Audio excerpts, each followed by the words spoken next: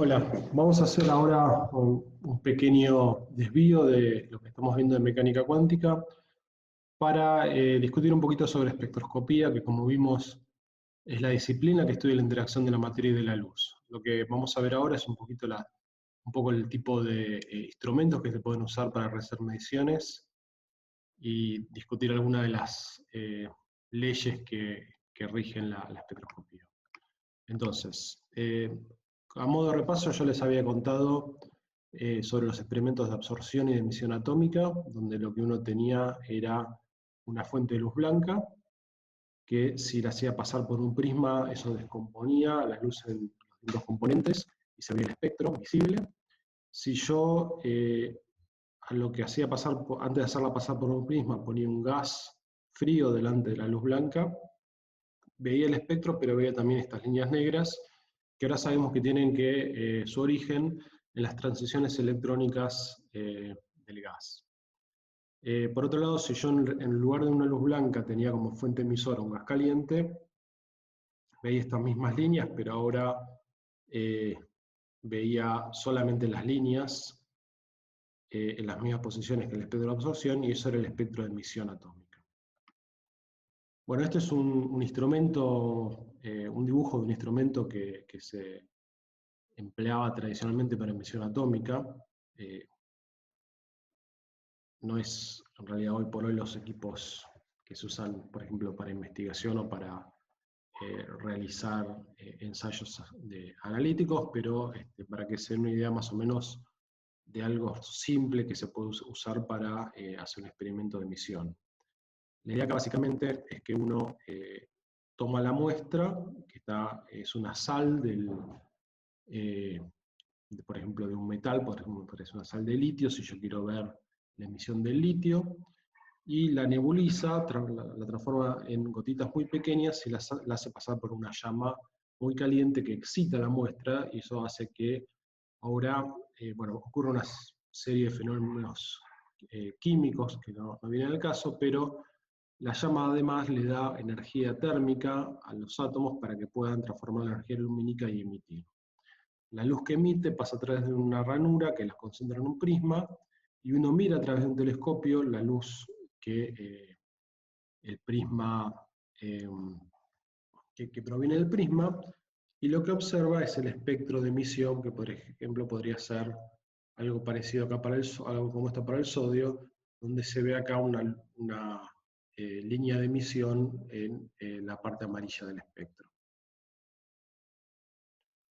También se pueden hacer experimentos de absorción de luz, no solo en absorción atómica, sino también absorción de muestras en solución. De hecho, esto es mucho más común. Si uno tiene una solución, puede obtener un espectro de absorción, puede ver a qué longitudes de onda esa muestra absorbe.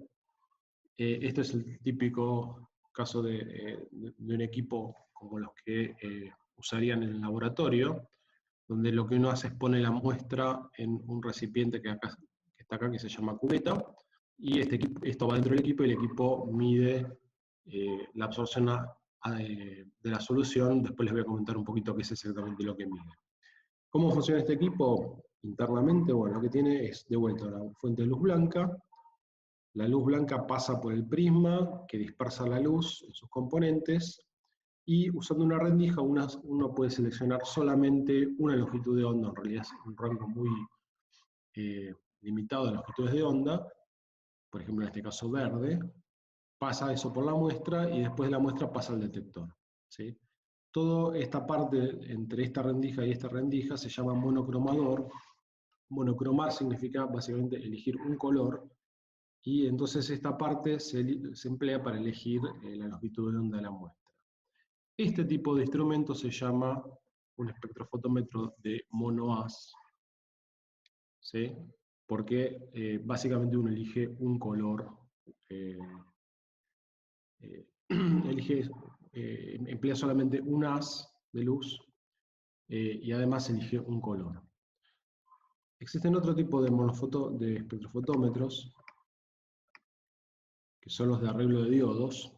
Bueno, existen además espectrofotómetros de doble haz que permiten corregir por el blanco, cosas que no voy a contar, pero este tipo de espectrofotómetro de arreglo de diodos es bastante distinto al anterior, en el sentido de que ahora a través de la muestra no pasa luz de un único color, sino pasa luz de todos los colores, luz blanca, ¿sí? O sea, la diferencia acá es que no selecciono la longitud de onda antes de pasar por la muestra, sino la selecciono después de pasar por la muestra. O sea, fíjense, ahora el prisma se encuentra después de que la luz blanca pasó por la muestra, y no miro solamente un color, sino miro todos los colores al mismo tiempo con un detector que se llama arreglo de diodos, ¿sí? O sea, la idea acá es que la luz blanca pasa por la muestra, el prisma la dispersa y me permite obtener todos los colores al mismo tiempo con un detector que puede detectar todas las longitudes de onda al mismo tiempo, mientras que en el caso anterior solamente miraba una longitud de onda. Acá de hecho, bueno, acá estamos comparando el espectrofotómetro tradicional de monohaz con el de arreglo de diodos. Esto es un poco lo que les había contado, que en el monohaz uno selecciona la longitud de onda y después pasa por la muestra, y después eso va al detector, el detector detecta solamente una longitud de onda, mientras que en el de arreglo de diodos, la luz blanca pasa por la muestra, después se dispersa, y el arreglo de diodos detecta todas las longitudes de onda. Acá vamos a usar una notación, fíjense, I0 es la intensidad de la luz que está incidiendo en la muestra, y IT de transmitida es la intensidad de la luz que está saliendo de la muestra, ¿sí? Y eso es válido tanto en el caso del espectrofotómetro tradicional monohaz como el de arreglo de diodos.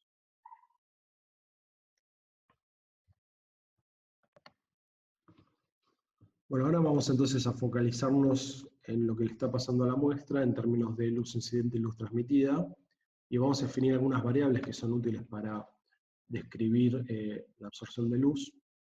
La primera variable que vamos a definir es la transmitancia, que es la luz transmitida dividido la luz incidente. Fíjense que esto es un número que vale entre 0 y 1, 0 si la muestra absorbe toda la luz y no transmite nada, y 1 si la muestra deja pasar toda la luz que recibe. Se puede multiplicar por 100 y obtenemos lo que se llama la transmitancia porcentual o porcentaje de transmitancia. Y podemos definir otra variable que se llama la absorbancia, que es simplemente tomar el logaritmo en base 10 de la transmitancia. Entonces, si la muestra absorbe toda la luz que llega, la transmitancia vale 0, y la absorbancia vale menos logaritmo de 0, o sea que vale infinito, ¿sí? Una muestra que absorbe toda la luz que pasa tiene absorbancia infinita. Por otro lado, si la transmitancia vale 1, significa que la muestra está dejando pasar toda la luz que llega, y por lo tanto la absorbancia vale menos logaritmo en base 10 de 1 es 0. O sea que una muestra que no absorbe luz tiene absorbancia 0. Entonces, ahora, ¿de qué depende la absorbancia? Por un lado depende de la longitud de onda. Es claro que una sustancia coloreada no absorbe luz de la misma forma de distintas longitudes de onda. Depende de la concentración. Cuanto más concentrada sea la muestra, más probable va a ser que absorba un fotón de radiación electromagnética que está pasando a través de la muestra, o sea que la absorbancia va a aumentar con la concentración. Y también depende del paso óptico, o lo que es el camino que recorre la luz entre la muestra. O sea, si la muestra tiene que recorrer un camino más grande, perdón, la luz tiene que recorrer un camino más grande dentro de la muestra, es más probable de que sea absorbida. Por lo tanto, la absorbancia va a aumentar a medida que aumenta el paso óptico N. Bueno, todas estas dependencias se resumen en la ecuación de Lambert-Beer. La ecuación de Lambert-Beer relaciona entonces la absorbancia con la concentración de la muestra, la longitud de la cubeta, o lo que se llama el paso óptico, y un coeficiente epsilon que se conoce como el coeficiente de absortividad molar, que depende solamente de la sustancia que tengo, ¿sí? Fíjense que por un tema de unidades, epsilon tiene que tener unidades de molar menos 1 centímetro a la menos 1. Es importante notar acá de que epsilon depende de la longitud de onda. O sea, toda la dependencia con la longitud de onda está metida en epsilon, no en la concentración y el paso óptico, obviamente. Bueno, entonces, uno ahora lo que puede hacer es medir cuál es la absorbancia en función de la longitud de onda y construir lo que se llama un espectro de absorción, que es un gráfico como este que figura. Y eso lo puedes realizar para distintas concentraciones, y obviamente a medida que aumenta la concentración, vamos a ver que la forma del espectro en principio no cambia, pero la absorbancia va aumentando.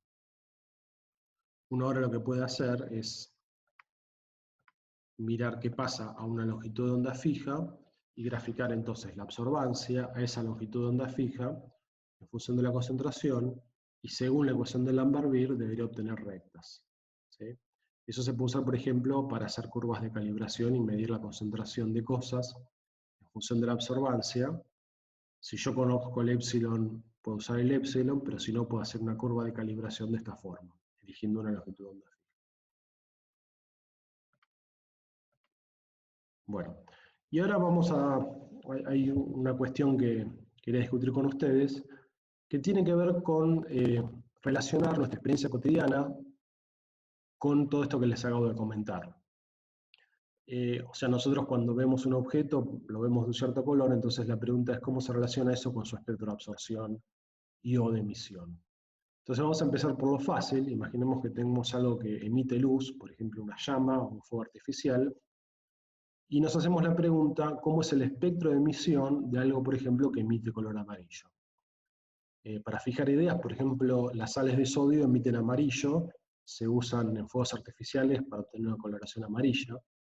Los distintos fuegos artificiales tienen distintas sales, por ejemplo, las sales de estroncio se usan para los fuegos artificiales rojos, y distintos metales se usan para distintos colores.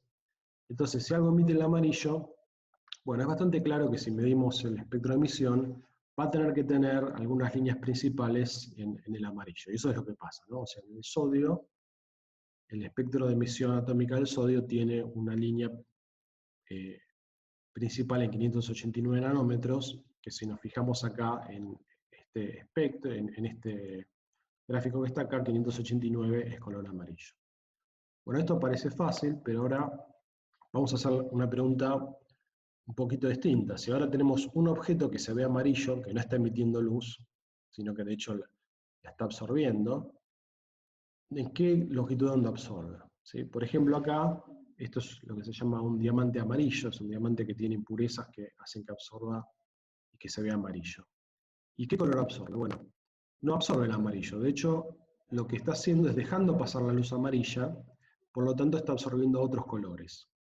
Y cada color tiene su complementario. El complementario del amarillo es el azul, entonces el espectro de absorción del diamante amarillo de hecho tiene un pico grande a 400 nanómetros, que es el azul. O sea que el diamante amarillo se ve amarillo porque absorbe el color complementario, que es el azul, y deja pasar la luz amarilla. Y si tuviésemos algo rojo, ¿en qué longitud de onda absorbería? Bueno, una muestra que se ve roja absorbe en 525 nanómetros, por ejemplo, cerca de 550 nanómetros, que es el verde. ¿Sí? O sea, el color complementario del amarillo es el verde. Si tuviésemos algo que absorbe el rojo, se vería verde, por ejemplo. Bueno, les voy a dejar al final de todo un video para que piensen. Fíjense, esto es un video donde hay un globo azul y vienen con un láser azul y lo iluminan y no pasa nada. Y ahora viene con un globo rojo y el láser azul los explotará enseguida. Entonces, esta no la voy a responder, se las voy a dejar a ustedes. La pregunta es por qué el globo rojo explota y el globo azul